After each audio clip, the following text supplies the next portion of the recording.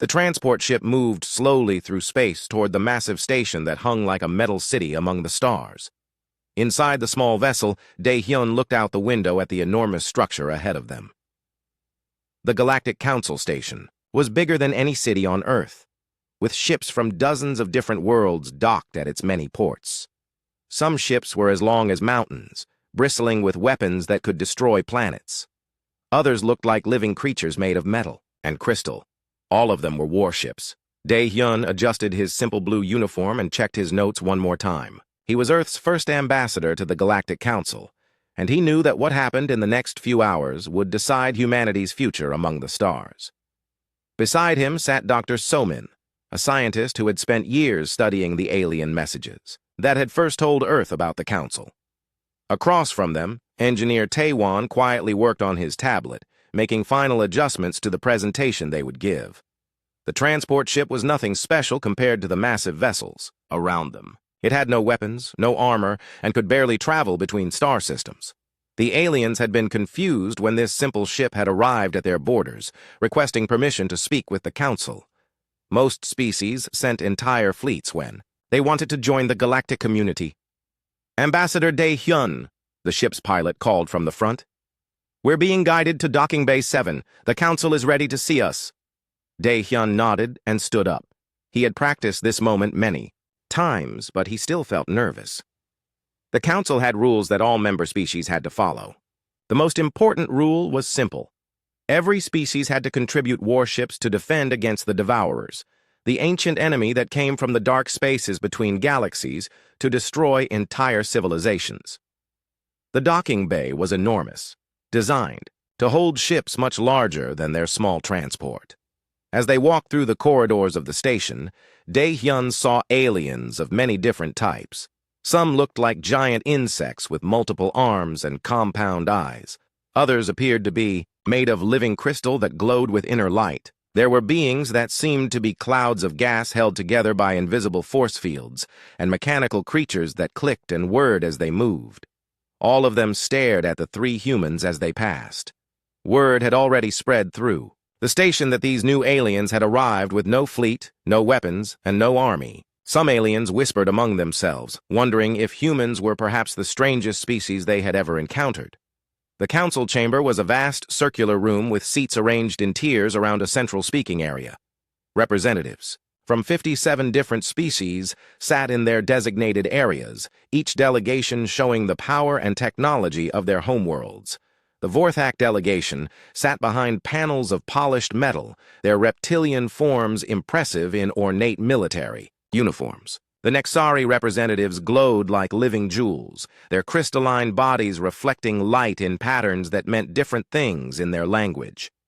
At the highest tier sat Admiral Kessatar of the Vorthak, his scaled face marked with scars from many battles. Beside him was Hierarch Velthane of the Nexari, whose crystalline form pulsed with different colors as she thought. Queen Hixara of the Zephyrians stood on multiple legs, her insect-like head turning to track the humans as they entered. Dae-hyun walked to the center of the chamber and bowed respectfully to the assembled representatives. The room fell silent as hundreds of alien eyes focused on him. "Honored members of the Galactic Council," Dae-hyun began, his voice carrying clearly through the chamber's speakers. "I am Dae-hyun, ambassador of the human species from the planet Earth. We come seeking membership in your great alliance." Admiral Kessatar leaned forward, his yellow eyes studying the human carefully.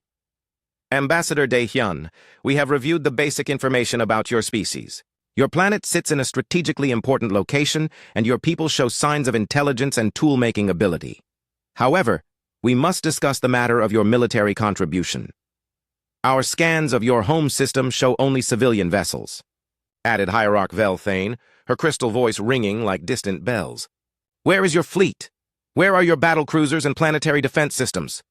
Dae-hyun had expected this question. "Honored Hierarch, we do not possess war fleets in the traditional sense." A ripple of confused sounds went through the chamber. Queen Hixara's mandibles clicked rapidly, a sign of distress among her people.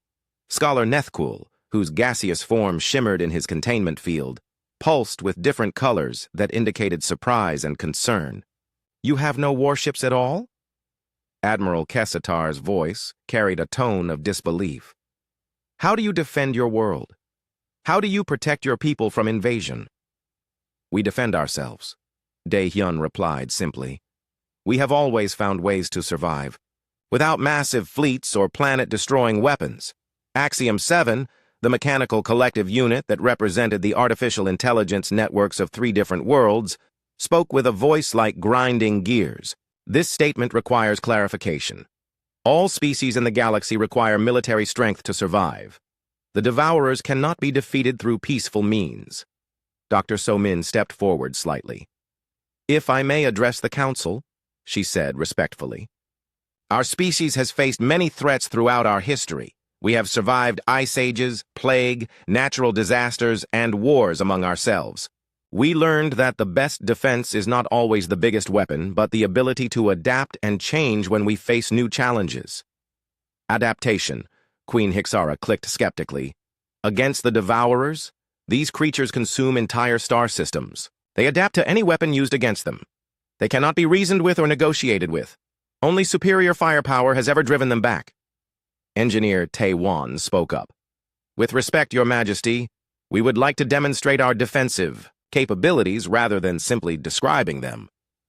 The council chamber erupted in dozens of different sounds as representatives talked among themselves in their various languages. Some species communicated through color changes, others through complex chemical signals that filled the air with strange scents. The noise gradually died down as Admiral Kessatar raised a clawed hand for silence. You wish to demonstrate how your species would defend against the Devourers? He asked. Without warships, without planetary shields or quantum cannons? Yes, Dae-hyun said firmly. We believe that actions speak louder than words. Hierarch Velthane's crystalline form, pulsed with deep blue light, indicating serious thought. This is highly irregular. The standard procedure for new species is to provide detailed specifications of their military capabilities and commit a minimum of 10,000 battle-class vessels to the common defense. We understand that our approach is different, Dae-hyun acknowledged. But we ask for the chance to prove that different does not mean weak. Scholar Nethkul's gaseous form swirled as he considered the request. The Council has never encountered a species that claimed to defend itself without traditional military assets. This presents an interesting opportunity for study. Admiral Kessatar looked around the chamber, reading the reactions of the other representatives. Very well, Ambassador Dae-hyun. We will arrange a demonstration.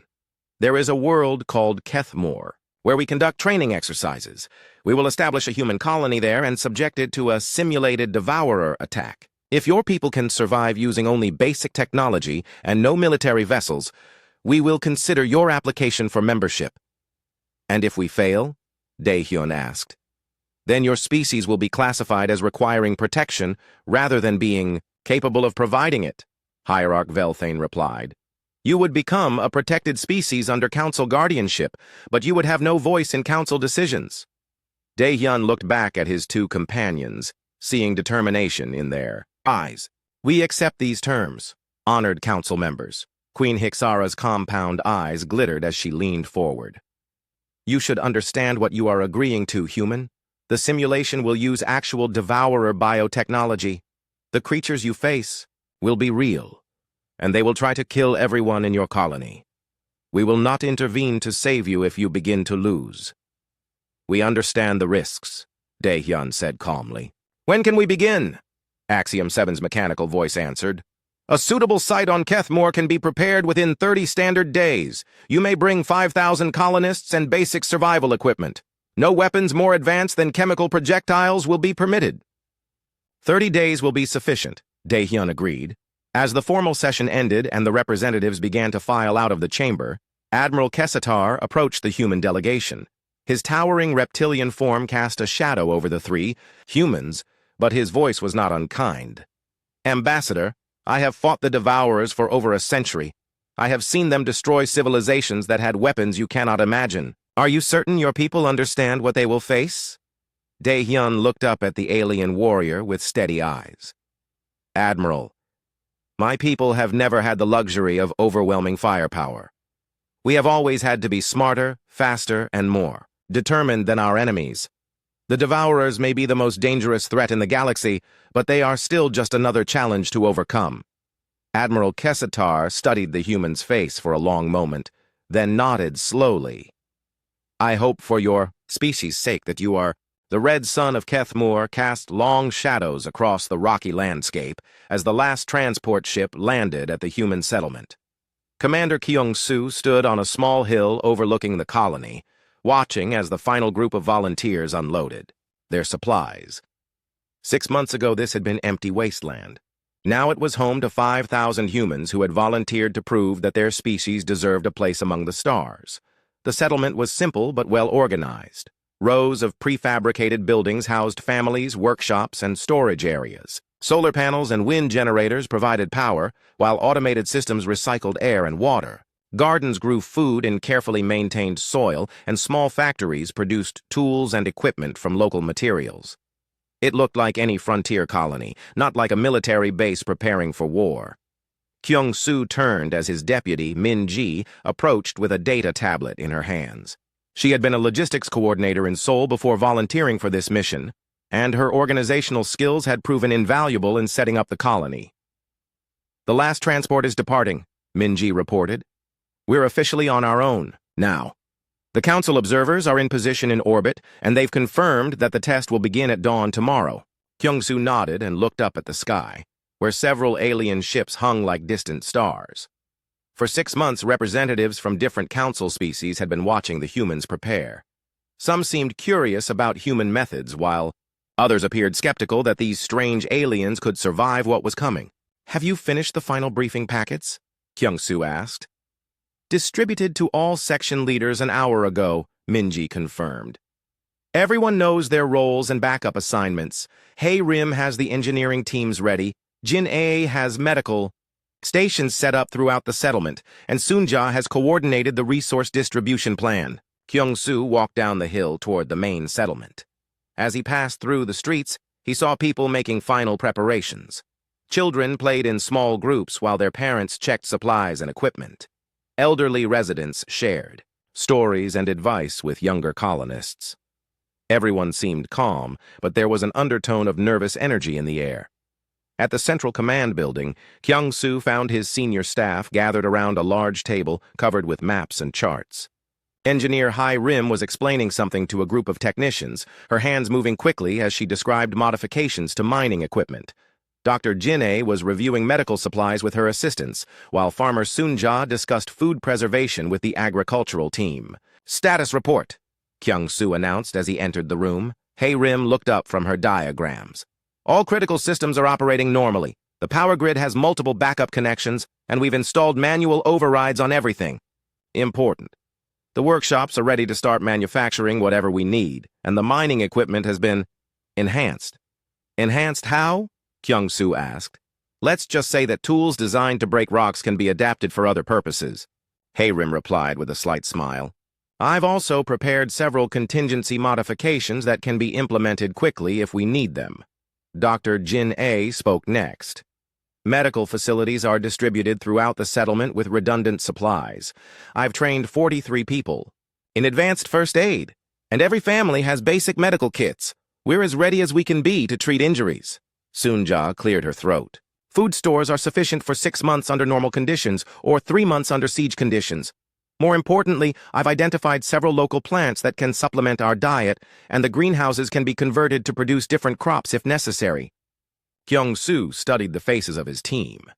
These were ordinary people who had volunteered to face the galaxy's most dangerous enemy with nothing but their intelligence and determination. Any final concerns or suggestions? A voice came from the doorway. I have a suggestion. Everyone turned to see Dong-woo, the settlement's lead mechanic, entering the room with grease-stained hands and a thoughtful expression. I've been thinking about the Devourer adaptation ability. According to the Council data, they analyze any weapon used against them and develop defenses within hours. That's correct, Kyung-soo confirmed. It's why conventional military tactics have limited effectiveness against them. But what if we don't give them time to adapt? Dong-woo asked. What if we keep changing our methods faster than they can analyze them? Rim's eyes lit up with understanding. Constantly evolving tactics, using improvised weapons and unconventional approaches. Exactly, Dongwu said. Instead of trying to build the perfect weapon, we build disposable weapons that we use once and then abandon. By the time they adapt to one approach, we've already moved on to something completely different. Communications Officer Yun Ju, who had been quietly monitoring radio frequencies, looked up from her equipment. I can coordinate rapid tactical changes across the settlement. The communication network is designed to function even if parts of it are destroyed. Kyung-soo felt a surge of pride as he listened to his people discuss their plans. This was what made humans different from the other species in the galaxy. They didn't just accept the rules of warfare, they rewrote them. As the sun set over Keth Moor, the humans made their final preparations. In the orbital observation ships, alien scientists and military officers watched with a mixture of curiosity and skepticism. Admiral Kessitar stood on the bridge of his flagship, studying the human settlement. Through high-powered telescopes, they appeared to be conducting normal evening activities, reported his tactical officer. No signs of panic or desperate military preparations. Hierarch Velthane's crystalline form shimmered with blue light as she observed from her own vessel. Their settlement shows no defensive fortifications, no shields, no weapon emplacements, no bunkers. How do they expect to survive? Scholar Nethkul's gaseous form swirled with patterns of confusion. Perhaps they do not truly understand what they will face. The simulation uses actual devourer biotechnology, creatures that have destroyed entire fleets. Queen Hixara clicked her mandibles nervously. The human ambassador seemed confident, but confidence without preparation is merely foolishness. Axiom 7's mechanical voice cut through the discussion. The test parameters have been finalized. 50 Devourer-class assault units will be deployed at dawn. These units are programmed with full adaptive capabilities and will not cease their attack until all human life signs are eliminated or they themselves are destroyed. Down on the planet's surface, Kyung-soo called a final meeting of all colonists in the central plaza.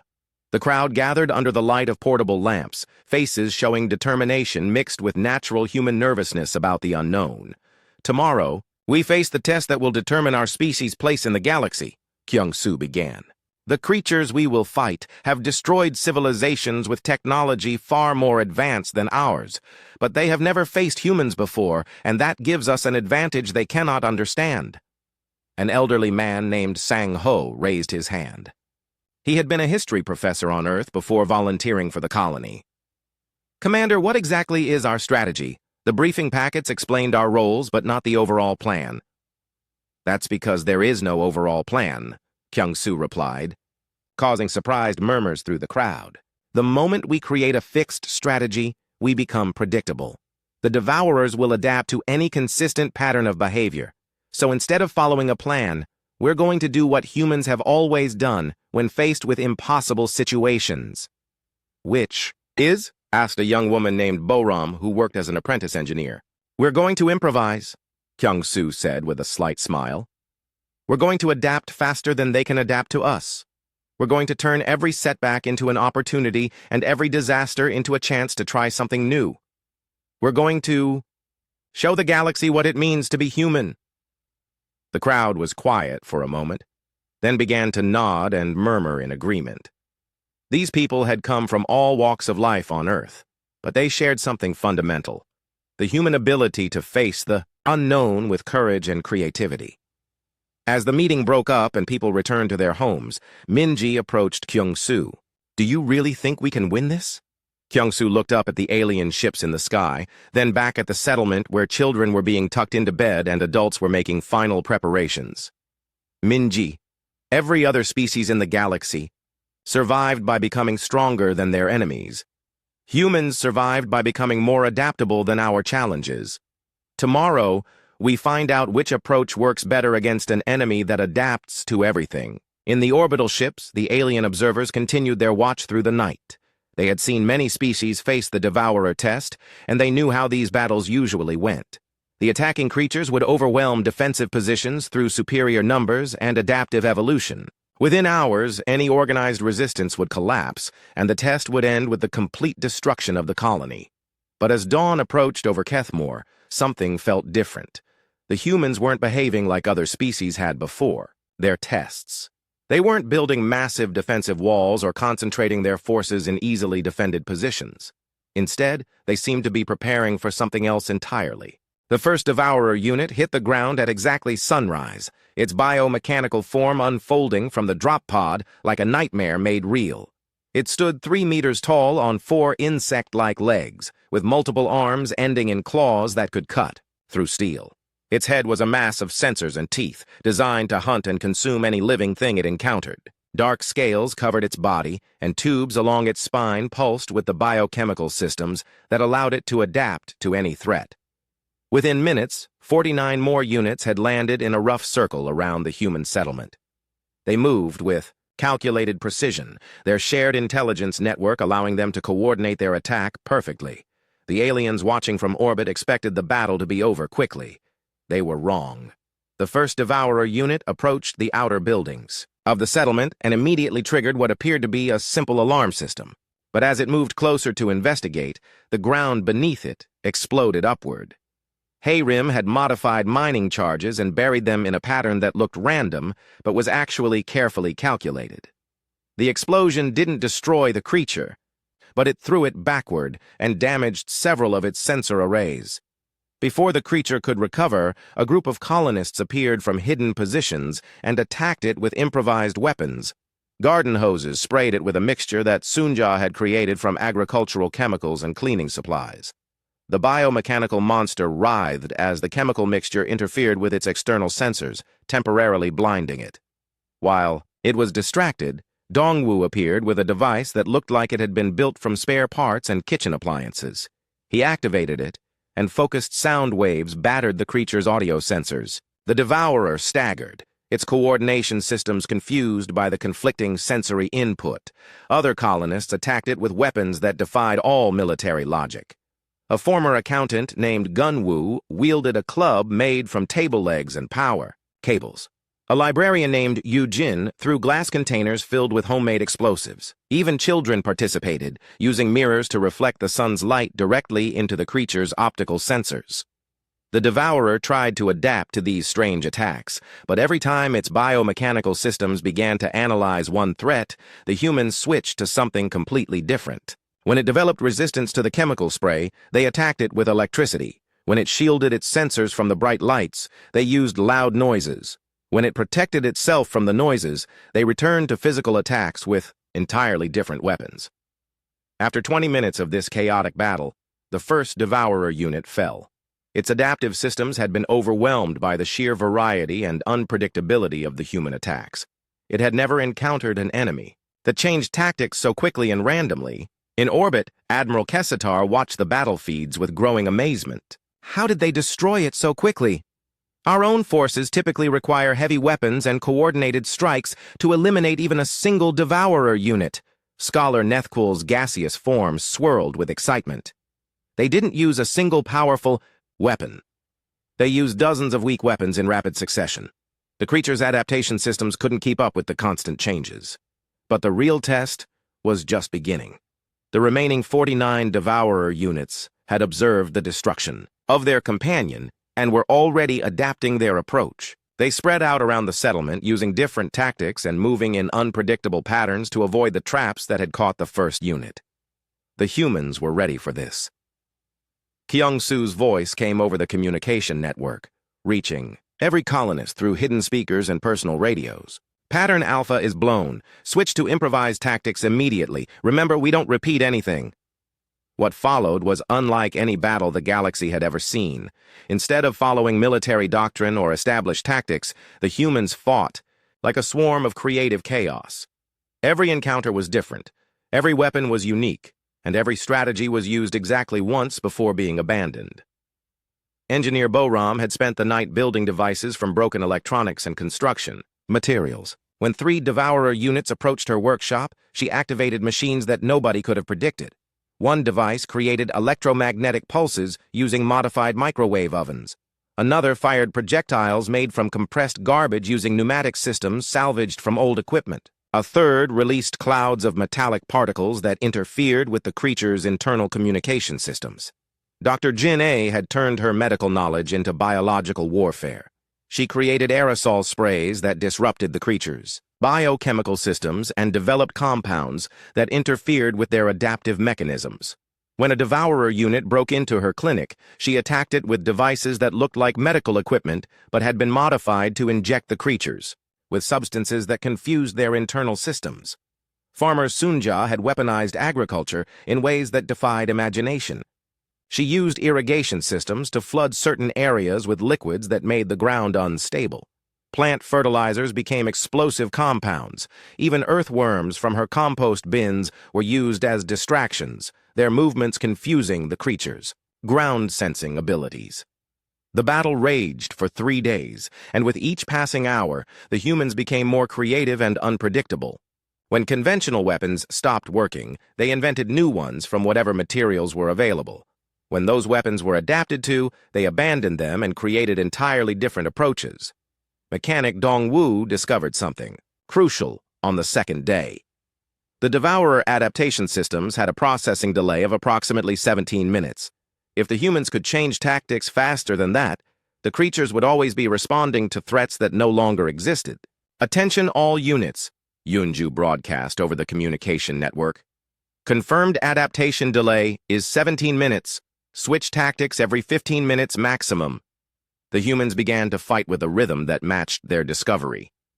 Every 15 minutes, completely new weapons and tactics appeared throughout the settlement. Construction equipment became artillery 1 hour and mobile barriers the next. Kitchen appliances were transformed into electronic warfare devices, then rebuilt as projectile launchers, then modified again into chemical dispensers. The Devourer units found themselves in an impossible situation. Every time they adapted to a human tactic, that tactic disappeared and was replaced by something they had never encountered before.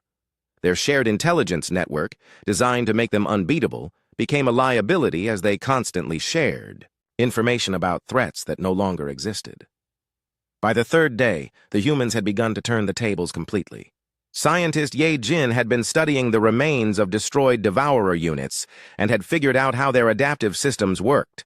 Working with engineer Hai Rim, she developed ways to interfere with the creature's internal programming.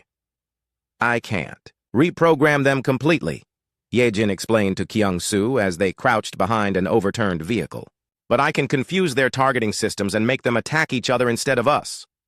"How?" Kyung-soo asked while dodging claws from a passing Devourer unit. "Their friend or foe identification is based on biochemical signatures," Ye Jin replied, activating a device that looked like it had been built from laboratory equipment and old computers. "If I can mask our signatures and duplicate theirs, they won't be able to tell the difference between humans and other Devourer units." The device worked better than anyone had hoped. Within hours, half of the remaining Devourer units were attacking each other, their sensors convinced that their companions were actually human enemies. The confusion spread through their shared network, causing system-wide malfunctions that made them even more vulnerable to human attacks. On the morning of the fourth day, only 5 Devourer units remained functional.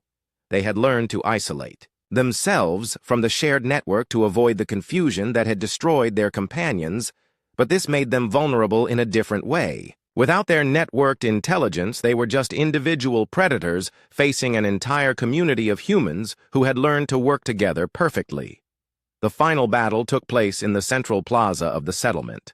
The 5 remaining creatures approached from different directions, moving carefully to avoid the countless traps and improvised weapons that now filled every street and building. They were adapting to individual human tactics, but they couldn't adapt to the collective creativity of an entire community working together. Former history professor Sang Ho had spent 3 days studying the creature's movement patterns and had developed tactics based on ancient human warfare techniques. "They're learning to counter our modern improvisations," he explained to the final assault team. "But they've never seen Stone Age hunting methods combined with Space Age materials. The last 5 Devourer units were defeated using spears made from construction materials, nets woven from fiber optic cables, and pit traps that would have been familiar to prehistoric hunters, but were hidden using technology the creatures couldn't detect." The final creature fell to Gunwoo's improvised club, which had been rebuilt 17 times during the battle, and now incorporated parts from alien technology, kitchen equipment, and children's toys. The emergency session of the Galactic Council convened 3 days after the impossible victory on Keth Moor. Representatives from all 57 member species filled the Great Chamber, their various forms creating a tapestry of alien life that had never before been so united in confusion and concern. The air hummed with translations as dozens of different languages tried to process what they had all witnessed. Admiral Kessitar stood at the central podium, his scaled hands gripping the edges as he addressed the assembly. Behind him, massive, screens displayed recordings from the battle that had changed everything. The images showed humans defeating devourer units with weapons that looked like toys and tactics that defied all military logic. Honored representatives, Admiral Kessitar began, his voice carrying the weight of centuries of military experience. We have all reviewed the recordings from the Keth Moor test. The humans did not merely survive the devourer attack. They achieved something we believed impossible. They won. A ripple of nervous sounds traveled through the chamber. Queen Hixara's mandibles clicked in agitation. Impossible or not, it happened. The question now is what this means for the rest of us. Hierarch Velthane's crystalline form pulsed with deep red light, indicating serious concern. The test was designed to evaluate the human's need for protection. Instead, it has revealed capabilities that we do not understand and cannot predict. Scholar Nethkul's gaseous form swirled as he accessed the vast databases of galactic knowledge. I have reviewed the military histories of all known species. No civilization has ever defeated devourer units using such primitive technology. The implications are disturbing. Axiom 7's mechanical voice cut through the alien chatter. Analysis of human tactics reveals patterns that violate established principles of warfare. They achieved victory through methods that should not work according to all existing military theory. Ambassador Daehyun sat in the human delegation area with Dr. Somin and Engineer Tae-won, watching the alien representatives struggle to understand what had happened. He had expected surprise, but the level of fear he was seeing was unexpected. These were species that had faced the devourers for millennia and had survived through superior technology and massive military forces. Seeing humans win through creativity and adaptability had shaken their fundamental understanding of how the universe worked. A representative of the crystalline Xantharian spoke, her voice like wind chimes in a storm. We must consider the possibility that the humans represent a threat to galactic stability. If they can defeat our ultimate enemy so easily, what prevents them from using the same methods against us? With respect, Dr. Somin interjected, rising from her seat. Our victory was not easy. We lost 37 colonists during the battle and many more were injured. We succeeded because we were fighting for our survival, not because we have any desire to threaten other species. Admiral Kessitar turned to study the human scientist. Dr. Somin, your people have demonstrated abilities that we have never encountered before. How do we know that humanity will not use these abilities for conquest rather than defense? Dr. Somin looked around the chamber at the assembled aliens, seeing fear and suspicion in their various forms of expression. Because conquest has never been our goal. Throughout our history, humans have fought wars, but we have also learned to make peace. We prefer cooperation to conflict when possible. Your history suggests otherwise, Queen Hixara clicked sharply. Our surveys of your planet show evidence of numerous wars and conflicts among your own species. That's true, Dr. Somin admitted. But those same surveys should show that we eventually learned to resolve most of our conflicts through negotiation and compromise. We fought wars because we thought we had to, not because we wanted to. Scholar Nethkul's form brightened with curiosity. Yet you volunteered to face the devourers with minimal preparation and equipment. This suggests a willingness to engage in conflict. Engineer Tae-won stood up beside Dr. Somin. We volunteered because we wanted to prove that we could contribute to galactic defense. The devourers are a threat to all life in the galaxy. Defeating them benefits everyone, not just humanity. Hierarch Velthane's crystal body pulsed with blue light as she considered this response. Your motivations may be peaceful, but your capabilities remain concerning. You defeated 50 devourer units with improvised weapons and basic technology. What could you accomplish if you decided to build actual military equipment? Ambassador Dae-hyun finally stood, his calm demeanor contrasting with the tension in the chamber. Honored Hierarch, you are asking the wrong question. You want to know what we could do if we built warships and weapons. But the real question is, why would we want to? Clarification required, Axiom 7 responded. Every species in this chamber has survived by building bigger ships, stronger weapons, and more powerful defenses, Dae-hyun explained. You have created a galaxy where military strength determines political power and where the threat of force maintains peace. Humanity survived by learning to solve problems in different ways. Admiral Kessatar leaned forward, his yellow eyes fixed on the human ambassador. What different ways? We learned that the best defense is not to destroy your enemies, but to make them into allies, Dae-hyun replied. We learned that the strongest weapon is not a gun or a bomb, but an idea that makes fighting unnecessary. We learned that true power comes not from the ability to force others to obey, but from the ability to convince them to cooperate. A new voice entered the discussion as the elderly sanctuary keeper Morden spoke for the first time in the session. His species was one of the oldest in the galaxy, and his words carried the weight of millennia of experience. Young human, your words sound noble, but the galaxy is a dangerous place. The Devourers cannot be reasoned with or converted to allies. Sometimes force is the only option. You're absolutely right, Dae-hyun agreed, surprising many in the chamber. Sometimes you have to fight, but fighting doesn't have to mean building the biggest weapons or the strongest military. Sometimes the best way to fight is to be smarter, more adaptable, and more creative than your enemy. Dr. So-min stepped forward to support her ambassador. The Devourers are designed to adapt to any conventional weapon or tactic. They're almost impossible to defeat using traditional military methods, but they've never encountered an enemy that adapts faster than they do. And that terrifies you, Engineer Taewon added, looking around the chamber. Because if humans can out-adapt the Devourers, what does that say about your own military strategies? What if there's a better way to defend yourselves that doesn't require massive fleets and planet-destroying weapons? The chamber fell silent as the implications of the human engineer's words sank in. For thousands of years, galactic civilization had been built on the principle of military strength. Resources were devoted to building ever larger fleets and ever more powerful weapons. Entire economies were structured around the production and maintenance of military technology. If humans were right, if adaptability and creativity were more effective than raw firepower, then everything the galaxy had built was based on a fundamental misunderstanding of how to survive. Queen Hixara was the first to voice what many were thinking. You are suggesting that our entire approach to defense has been wrong. Not wrong, Dae-hyun corrected gently. Just incomplete. Military strength has its place, but it's not the only tool available. Sometimes the best way to win a war is to avoid fighting it in the first place. Scholar Nethkul's form swirled with patterns of deep thought. The humans defeated the Devourers not through superior force, but through superior thinking.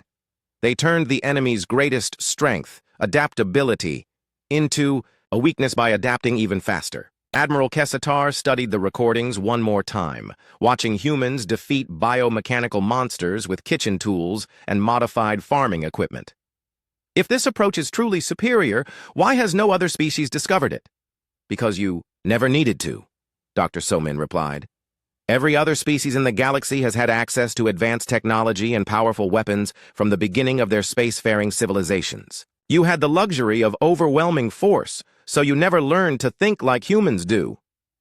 Humans evolved on a world where we were not the strongest, fastest, or most dangerous species, Taewon explained. We survived by being more clever than our predators and more adaptable than our environment. These skills became part of our fundamental nature. Hierarch Velthane's crystal form pulsed with colors that indicated a mixture of understanding and concern. So humanity represents not just a new member species, but a completely different approach to existence in a hostile universe. Yes, Dae-hyun confirmed. And we're offering to share that approach with the rest of the galaxy. Not to replace your military forces, but to complement them. To give you new tools for dealing with threats that traditional weapons cannot handle. Axiom 7's mechanical systems whirred as he processed this information. Proposal analysis indicates potential benefits. Human tactical flexibility could enhance existing defense strategies. However, risk assessment also indicates potential for unpredictable consequences. All growth involves risk, Daehyun acknowledged. But consider the alternative. The alarm that echoed through the Galactic Council Command Center carried a tone that had not been heard for 3 centuries. It was the sound of absolute emergency, the signal that meant only one thing. The Devourers had returned in force. Admiral Kestar rushed to the command bridge where displays showed a sight that filled even veteran warriors with terror.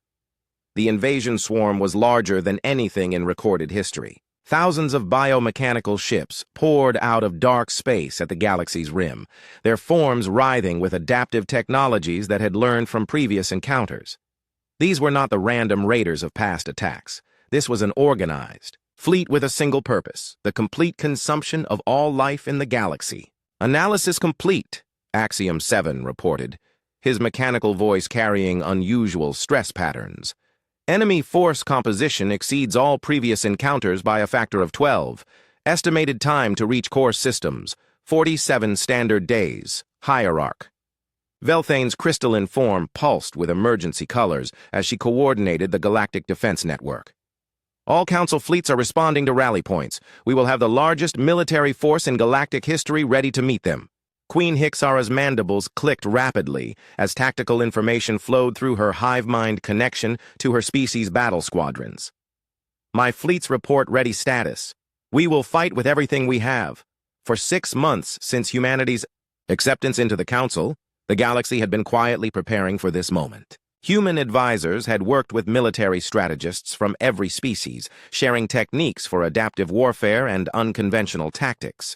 But no one had expected the Devourers to return so soon or in such overwhelming numbers. The first battles took place at the outer defense perimeters, where automated fortresses and patrol fleets tried to slow the advancing swarm. The results were devastating. The Devourers had learned from their defeat at Keth Moor and had adapted their strategies accordingly. They no longer relied on simple, overwhelming force. Instead, they used tactics that seemed almost human in their creativity and unpredictability. They're copying our methods, Scholar Nethkul reported as he analyzed battle data. The creatures are using improvised weapons and constantly changing tactics. Our defensive strategies are being countered before we can implement them. Admiral Kessatar watched helplessly as fleet after fleet was destroyed or scattered. The Devourers were fighting, like humans, but with technology far superior to anything the galaxy possessed. It was the worst possible combination, human adaptability enhanced by biomechanical superiority. Sir, his communications officer reported, the outer rim defense line has collapsed. Enemy forces are advancing on multiple fronts. Estimated time to core systems has been reduced to 31 days. On Earth, Ambassador Dae-hyun received the emergency transmission while meeting with the Human Defense Coordination Team. The message was brief, but carried the weight of galactic desperation. The Devourers have returned in force using human-style tactics. Request immediate assistance. The galaxy needs you. Dae-hyun turned to his advisors, including Dr. Somin, who had returned to Earth after her time with the Council, and Commander Kyung-soo, who had been promoted to head of Human Adaptive Defense after his success at Keth Moor. Status report, Dae-hyun requested. The situation is worse than anything we anticipated, Dr. Somin replied, reviewing the data streams from the battlefront. The Devourers observed our tactics during the Keth Moor test and have incorporated them into their own strategies. They're fighting like humans, but with superior technology. Commander Kyung-soo studied the tactical displays with the calm focus that had served him well during the colony defense. They've learned to copy our methods, but I don't think they understand our mindset. They're using human tactics, but they're still thinking like Devourers. Explain, Dae-hyun requested. The Devourers are designed to adapt and overcome, Kyung-soo explained. They've learned to mimic our tactical flexibility, but they haven't learned why we fight the way we do. They're still trying to win through superior adaptation rather than through cooperation and mutual support. So how do we stop them? Dr. Somin asked. Kyung-soo was quiet for a moment, then looked up with the slight smile that his colonists had. Learned to associate with impossible plans that somehow worked. We don't stop them, we teach them. Teach them what? We teach them the one thing they can never truly understand: what it means to choose cooperation over conquest. Within hours, small human teams began deploying to threatened worlds throughout the galaxy. But instead of arriving with weapons and battle plans, they came with something the galaxy had never seen before: a completely different approach to the crisis.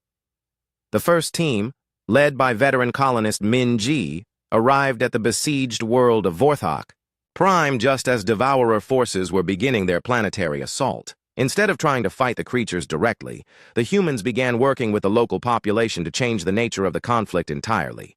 "We're not here to defeat the Devourers," Min-Ji explained to the confused Vorthok military commanders. "We're here to show them that there's something more valuable than conquest." The humans taught the Vorthok to use their natural camouflage abilities not for hiding from enemies, but for creating art that told stories about their civilization.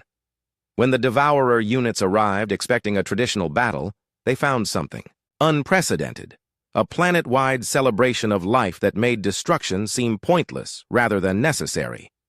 The biomechanical creatures were programmed to consume and adapt, but they had no instructions for dealing with a civilization that refused to be consumed and instead offered something they had never encountered: the possibility of growth through creation rather than destruction.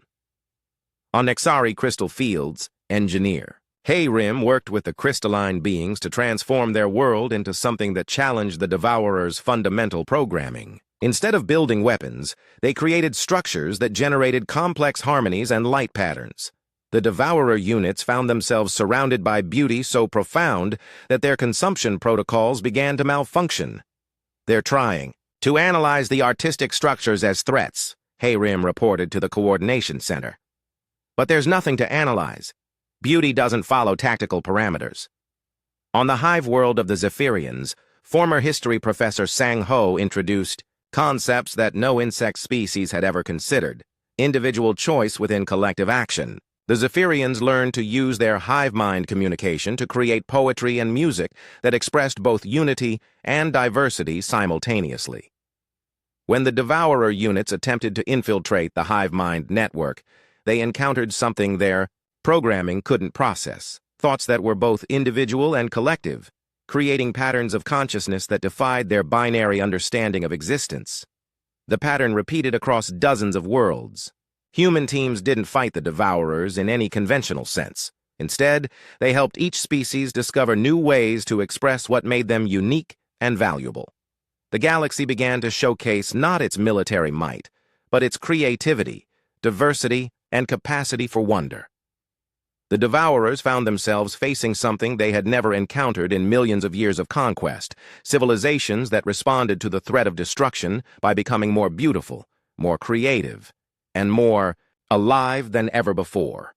The biomechanical creatures began to malfunction on a fundamental level.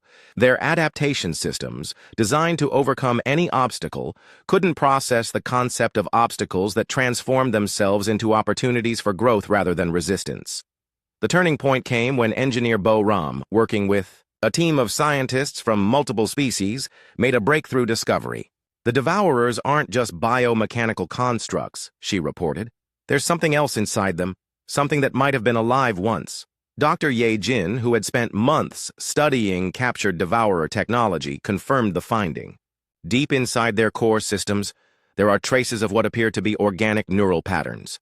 "I think the Devourers were once a living species that was consumed by their own technology." The implications were staggering. The galaxy's greatest enemy might not be alien invaders, but the remnants of a civilization that had once been like themselves, a species that had chosen the path of consumption over creation and had been destroyed by their own success. Commander Kyung-Soo made the decision that would change everything. Instead of continuing to fight the Devourers or trying to destroy them, humanity began trying to communicate with whatever remained of their original consciousness.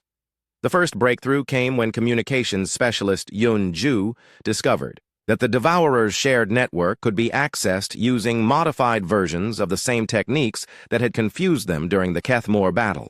But instead of sending disruptive signals, the humans began transmitting something the biomechanical creatures had never experienced: stories. They sent tales of civilizations that had faced extinction and chosen to create beauty instead of destruction. They shared songs about species that had found strength through cooperation rather than conquest. They transmitted poems about the joy of discovery and the satisfaction of building something that would outlast the builders. The effect was gradual, but unmistakable.